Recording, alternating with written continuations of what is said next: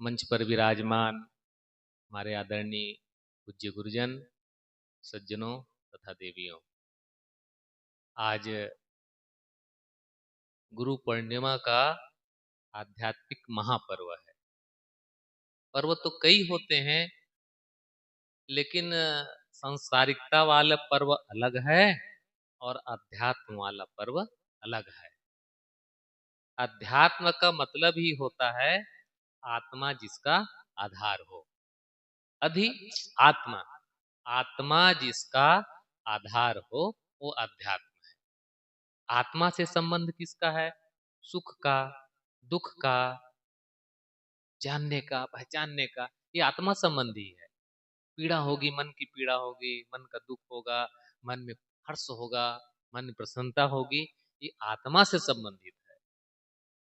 शरीर से संबंधित उसको भोजन पानी दे दो, बस सब ठीक ठाक है, चल रहा है। लेकिन ये आध्यात्म आत्मा से संबंधित है। सुख दुख हानि लाभ ये जो होते हैं तो आत्मा उसको अनुभव करता है। ये आध्यात्मिक महापर्व है। पर्व नहीं, महापर्व है। सबको गुरु की जरूरत पड़ती है। बिना गुरु के कोई ज्ञान हम सीख ही नहीं सकते हैं। देखो, सामान्य से जिसको रोज हम खाते पीते हैं, तो रोटी बनाना हो तो भी सीखना पड़ता है। शुरू शुरू में हम गुरुदेव जी के शरण में आए इलाहाबाद में, तो रोटी बनाने की ड्यूटी लगी। तो रोटी बेला जाता था। अब लड़के कहाँ रोटी बेलने वाले, बेटियां तो रोटी बेलती हैं, माँ सिखाती हैं। अब बेटों को कहाँ माँ सिखाती है, नहीं सिखाते हैं। तो वहां तो ड्यूटी लगी रोटी बनाना, तो रोटी हम बेलते थे, तो भारत का नक्शा बना मतलब आड़ा तिरछा बनता था, तो भारत का नक्शा ही बनेगा ना। लेकिन वही करते करते करते करते गोल बनने लगा। कैसे रोटी खिलाई जाती कभी जाने ही नहीं, लेकिन संतों को देखते देखते अच्छा ऐसे करो तो वैसे करो, करते करते वो सीख गए कि रोटी कैसे बनाई जाती है।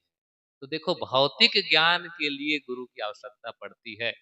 तो अध्यात्म तो बहुत गुण तत्व है और अपनी आत्मा का विषय है। बहुत लोग कहते हैं कि महाराज अगर अच्छा गुरु न करे तो, गुरु न करे तो, ऐसा भी पूछने वाले हैं। आज लोग बहुत मानते हैं कि गुरु क्यों न करे, झुकना ना पड़े बस इसलिए। गुरु करेंगे तो गुरु के पास झुकना पड़ता है। तो आदमी का मन कहीं झुकना नहीं चाहता है, इसलिए गुरु नहीं करना चाहता, सीधी सी बात है। और झुकना ही तो महत्वपूर्ण है, झुकना महत्वपूर्ण है। मैं, शरीर मेरा झुकता है कि नहीं झुकता है, लेकिन जहां पर मेरा मन झुके वही जानो असली सदगुरु हमारा है। सदगुरु कौन हमारा है? जहां पर हमारा तन भी झुके, मन भी झुके और वाणी भी झुके। तन तो झुक जाता है। नेता लोग आते हैं, प्रधानमंत्री आ गए, माला पहनाए, जय जयकार मोदी जी के, जय जय उसकी, और उसको पैर भी छू लेंगे। लेकिन जब चला जाएगा तो साला नेता कहीं का, ऐसा उसको गाली भी देंगे, है कि नहीं? तो शरीर झुका, वाणी भी झुकी, मन नहीं झुका। मन कहाँ झुकेगा? जहां पर सदगुरु होंगे, जो गुरु होंगे, जो हमको आत्मा की शांति प्रदान करते हैं। और आत्मा की शांति वही सबसे बड़ा महत्वपूर्ण है। जीवन में धन हो, पद हो, यश हो, लक्ष्मी हो, कीर्ति हो, केवल सुकून ना हो, शांति ना हो, तो समझ लीजिए कि उसका जीवन फिर किस लिए है। खाना पीना सोना जागना ये तो सामान्य व्यवहार है, इतना तो सब लोग करते हैं। लेकिन कोई सुकून से जीता है। और गुरुजन हमको क्या करते हैं? ये आध्यात्म लाभ दे करके हमको भ्रांतियों से बिल्कुल क्लियर कर देते हैं। भ्रांति का मतलब एक धुंधला मन में उहापो है, ये की वो, ये की वो, यहाँ तो दुविधापन है। दुविधा को संदेह भी कह सकते हैं। यह है कि वो दिन है कि रात है। शाम का 4 बजे न दिन कहते न रात कहते हैं। हिरण्यकश्यप मारा गया तो वरदान था कि न दिन में मरूं न रात में मरूं, न घर के बाहर न घर के भीतर, ऐसा था ना। न सुबह न शाम, न आदमी के हाथ से और न जानवर के हाथ से, तो दो वाली बीच हो गई ना। तो ऐसे ही हम लोग वहां पहुंच भी जीतते। ये सही कि वो सही। एक गुरु बताते हैं कि भगवान की प्रार्थना करो, भगवान की उपासना करो, भगवान की भक्ति करो, तो तुमको अपने धाम में ले जाएंगे।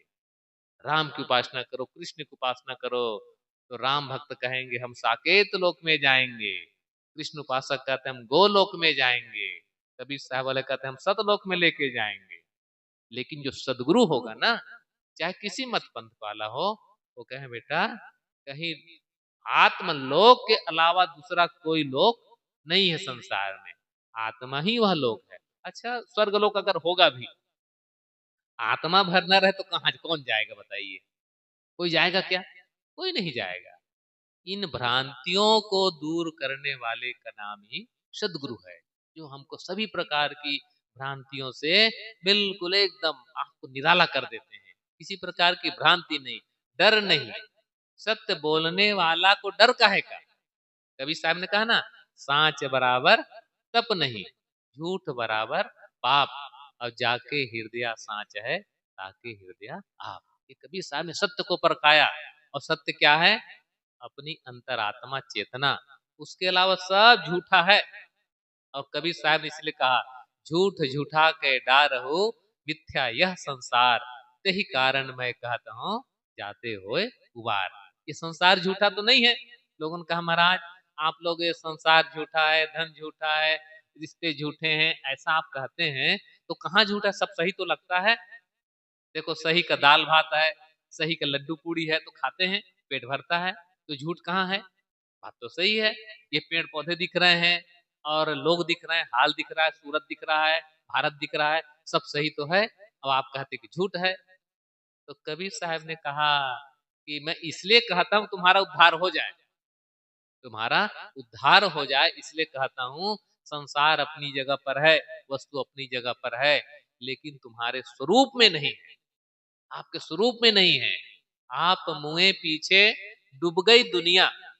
व्यक्ति संसार से विदा होता है तो उसके साथ में घर द्वार मकान और रुपये पैसे अभी जेवर जाते हैं, के साथ में कुछ नहीं जाता है, सब यहीं कहीं धरा रह जाता है सत्य तो, लेकिन मेरे साथ में कहाँ गया? नहीं गया। तो इसलिए कबीर साहब ने कहा, मैं कहता हूँ झूठा है इसलिए तुम्हारा उद्धार हो जाए, कल्याण हो जाए। एक बार हम लोग नेपाल के बॉर्डर पर थे, एक संत हमारे हैं उनके साथ में, तो सुबह सुबह घूमने के लिए गए। लगभग सुबह 5 बजे का समय था, थोड़ा सा ठंडी थी, तो वो धुंध हल्का जैसे था। तो बागमती नदी का बड़ा लंबा चौड़ा पाट है, तो चलते चलते थोड़ा सा धुंधलके में दिखा कि कोई नोट गिरा हुआ है। तो 200 रुपये का नोट वहां पर पड़ा हुआ था। तो हमारे संत ने उठा लिया कि साहब ये देखो 200 रुपये का नोट यहाँ पर गिरा हुआ था। तो उठा लिए वो, फिर आगे चले तो एक नोट 200 का और मिल गया, एक नोट और मिल गया, बड़े खुश। तो कहे साहब गाड़ी घोड़ा का, गाड़ी मोटर का किराए का हम लोग को मिल गया, खर्चा पानी इसमें निकल जाएगा बस बस में जाने का। हमने कहा देखो भाई पता नहीं कैसा है नोट आपका। तो नदी के पार जब गए तब तक प्रकाश हो गया था। हमने कहा देखो तुम्हारा नोट कैसा है। तब खोल के देखते हैं तो उसमें लिखा था बच्चों का रिजर्व बैंक। तो तुरंत उसको फेंक दिए, तुरंत फेंक दिए। अच्छा असली होता तो फेंकते क्या? असली होता तो फेंकते क्या? नहीं फेंकते। नकली जैसे जाने कि बच्चों का रिजर्व बैंक मतलब नकली वाला है, तुरंत 1 सेकंड भी नहीं लगा, तुरंत उसको वहीं पर फेंक दिए। ऐसे कभी साहब कहते हैं, झूठा नहीं कहूंगा, ये छूटने वाला है नहीं कहूंगा, तुम छोड़ना नहीं चाहोगे, इसलिए कहता हूं तुम्हारा उद्धार हो जाए, इसलिए झूठा है। मतलब सत्य होते हुए भी मेरे स्वरूप में नहीं है, मेरे साथ में जाने वाला नहीं है। यही सदगुरु हम लोग को बोध देते हैं, तुम्हारे आत्मा के अलावा सब कुछ झूठा है, मेरे स्वरूप में नहीं है। अपनी जगह वो अपने स्वरूप में है, सही है, लेकिन मेरे स्वरूप में नहीं, मेरा शरीर मेरे स्वरूप में नहीं है। देखो शरीर बूढ़ा हो जाता है और फिर बीमार हो जाता है, एक दिन वृद्ध होकर के राम नाम सत्य भी हो जाता है, लेकिन चेतन आत्मा, ना मैं बालक बूढ़ो ना ही ना मोरे चिलकाई हो, और त्रिविध रहो सबनी में बरतो ना मोरे रमराई हो। ऐसा कबीर साहब ने कहा। यही सदगुरु हम लोग को अध्यात्म का बोध देते हैं, ताकि भ्रांति मुक्त होकर के हम लोग अपना शांति से जीवन व्यतीत कर सके। इसीलिए गुरु पूर्णिमा के दिन हम लोग गुरु को नमस्कार करने आते हैं। ये गुरु का पर्व नहीं, हम लोग का पर्व है, गुरु को समर्पित करने का। अपनी भावना, अपने शुभकामना, जो जीवित गुरु हैं सामने प्रत्यक्ष हैं, उनके शुभकामना करते हैं। लेकिन हमारे गुरु शरीर नहीं मान लीजिए, तो उनका ज्ञान हमको मिला हुआ है, वो ज्ञान हमें सदैव विराजमान रहे, उस ज्ञान के आधार पर मैं चल सकूं। इस सदगुरु को उनको सादर नमन करना होगा, उनको सादर श्रद्धांजलि होगी। मैं अपने गुरु को और आप सबके अंदर बैठे गुरु तत्व को सादर नमन करते हुए अपनी बात को विराम देता हूँ। बोलो सदगुरु कबीर साहिब की जय, संत समाज की की जय, साहिब बंदगी। लगी